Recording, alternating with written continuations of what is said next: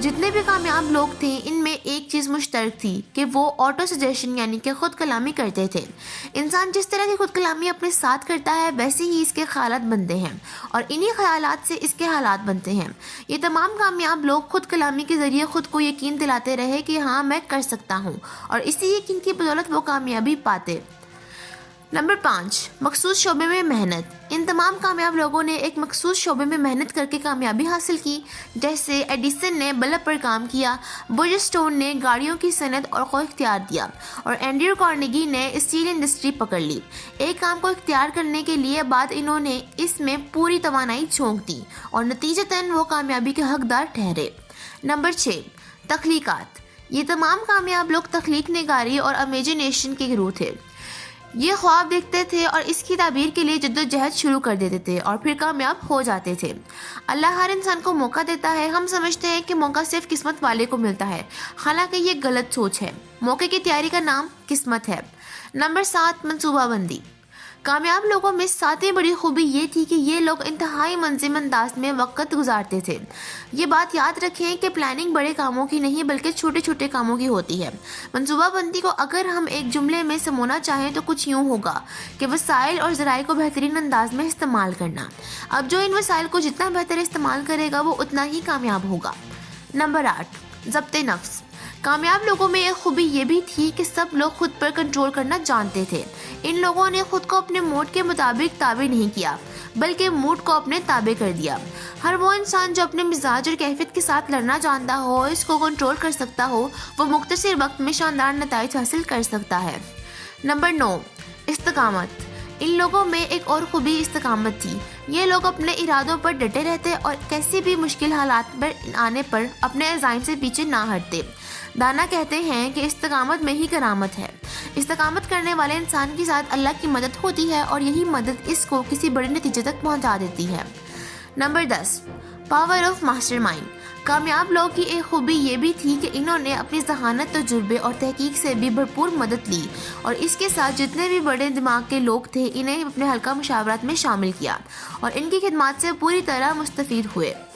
ان کے نزدیک ایک دو نہیں بلکہ 11 ہوتے ہیں۔ اعلیٰ دماغوں کی مدد سے انہیں عظیم الشان کامیابی حاصل کی۔ Number 11، emotional management. نیپولین اپنی اسی کتاب میں کہتا ہے کہ میں نے 2000 سالہ انسانی تاریخ کی بڑی شخصیات کی سوانح حیات کو پڑھا اور ایک چیز سب میں مشترکہ دیکھی تھی۔ جو بھی بڑا انسان بنا ہے اس کے پیچھے کوئی اہم واقعہ تھا۔ اس واقعے کی وجہ سے اس کا دل ٹوٹا، اس نے اپنے جذبات کو دوسرا رخ دیا اور بڑا انسان بن گیا۔ انسان کے 2 جذبات ایسے ہیں جن میں تباہ کرنے اور بنانے کی مکمل صلاحیت موجود ہے، ایک غصہ اور دوسرا محبت۔ واصف علی واصف کا جملہ ہے کہ چھوٹے انسان کا غم اسے کھا جاتا ہے اور بڑے انسان کا غم اسے بنا جاتا ہے۔ نمبر 12، خوف کے بھوت پر کنٹرول۔ جو انسان اپنے خوف کو لگام ڈال دیتا ہے وہ کامیاب ہو جاتا ہے۔ نیپولین نے ان سب لوگوں میں یہ چیز مشترکہ پائی کہ وہ اپنے خوف کو کنٹرول کرتے تھے۔ ان کو یہ ڈر نہیں ہوتا تھا کہ میں ناکام ہو گیا تو لوگ کیا کہیں گے۔ کامیاب ہونے کے لیے انسان کو بے خوف ہونا پڑتا ہے۔ آپ کامیاب ہیں یا ناکام، لوگوں کو کوئی فرق نہیں پڑے گا، البتہ آپ کو ضرور فرق پڑے گا۔ کتاب نے لوگوں کی زندگیاں کیسے بدلیں۔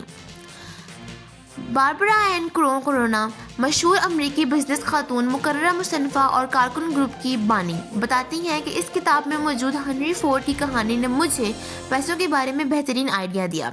میرے انداز بہت سی خوبیاں تھیں لیکن پیسوں کے معاملات کو کیسے دیکھنا ہے اس کی مجھے کچھ زیادہ سمجھ نہیں تھی۔ میں نے فوری طور پر ایک خاتون کی خدمات حاصل کی تاکہ وہ میری مالی معاملات اور دیگر چیزوں کو اچھے انداز میں منظم کریں۔ اس کتاب سے میں نے یہ سیکھا کہ تمہارے اندر جو خوبیاں موجود نہیں ان کے لیے دوسرے ماہر افراد سے رجوع کیا جا سکتا ہے۔ میں نے اس نقطے پر عمل کیا اور شاندار کامیابی حاصل کی۔ سینڈے گلاکر، پروڈکٹر گلاکر انسٹیٹیوٹ کی CEO اور ایک مشہور ٹرینر ہیں۔ انہوں نے عالمی شہرت یافتہ ٹرینر باب پروڈکٹر کے ساتھ کئی ٹریننگ پروگرامز بھی کیے۔ ان کے بقول اس کتاب میں میری زندگی بدل گئی۔ جب میں وکالت کی پریکٹس کر رہی تھی تو میری سہیلی نے مجھے ایک سیمینار میں مدعو کیا۔ جب میں ہال میں پہنچی تو اسٹیج پر ایک مقرر بڑے بہترین انداز میں بات کر رہے تھے۔ وہ معروف ٹرینر باب کروڑ تھے۔ ان کے ہاتھ میں ایک کتاب تھی جس کا نام تھنک اینڈ گرو رچ تھا۔ وہ بتا رہے تھے کہ میں 45 سال سے اس کتاب کو پڑھ رہا ہوں۔ ہم میں سے ہر ایک کو ایک کوشش میں ہوتا ہے کہ وہ پرسکون زندگی گزار سکے جب تک کہ وہ مر نہیں جاتا۔ ان کی باتوں نے مجھے کچھ سوچنے پر مجبور کر دیا، اور جب میں سیمینار ختم ہونے کے بعد ہال سے باہر جا رہی تھی تو میں نے اپنے آپ سے ایک عہد کیا کہ میں نے اپنی زندگی ویسے نہیں گزارنی جیسے کچھ لوگ نہ کچھ ضرور کرنا ہے۔ اور پھر اسی سوچ نے مجھے زندگی میں بہت آگے بڑھایا۔ Jim Stovall, best selling novel the ultimate gift سمیت 13 کتابوں کے مصنف، مقرر اور معروف ٹی وی اینکر، اور اس کتاب کے بارے میں کہتے ہیں کہ میرا ایک بہت بڑا خواب تھا میں امریکی فٹ بال ٹیم کا حصہ بن جاؤں۔ ایک دن میں ٹریننگ میں مصروف تھا کہ میری آنکھوں میں کچھ ہوا۔ چیک اپ کے بعد معلوم ہوا کہ میری بینائی آہستہ آہستہ ختم ہو رہی ہے۔ 10 سال بعد میں مکمل طور پر نابینا ہو چکا تھا۔ اس کے بعد مجھے لگا کہ میری زندگی ہی ختم ہو گئی۔ مجھے ایک سفید چھڑی تھما دی گئی اور کہا گیا کہ باقی کی زندگی تمہیں محتاجی میں گزارنی پڑے گی۔ میرے کمرے میں ایک ریڈیو ٹیپ ریکارڈ اور ٹیلی فون پڑا ہوا تھا۔ مجھے کسی نے تھنک اینڈ گرو ریچ کی آڈیو کتاب دی تھی۔ میں نے سننا شروع کر دی۔ جیسے جیسے میں سنتا گیا میری سوچ کو نئے زاویے ملتے گئے۔ میں نے اسی کے مطابق سوچنا شروع کیا اور میری زندگی بدلنا شروع ہو گئی۔ وہ ایک آواز تھی جو مجھے خالص اور مثبت طاقت دے رہی تھی اور بتا رہی تھی کہ زندگی میں کچھ بھی حاصل کیا جا سکتا ہے۔ اور پھر ایسا ہی ہوا۔ میں نے اپنی بینائی کو شکست دے دی اور ایک کامیاب زندگی گزار کر ثابت کیا کہ اگر انسان میں سچی لگن ہو تو وہ کچھ بھی حاصل کر سکتا ہے۔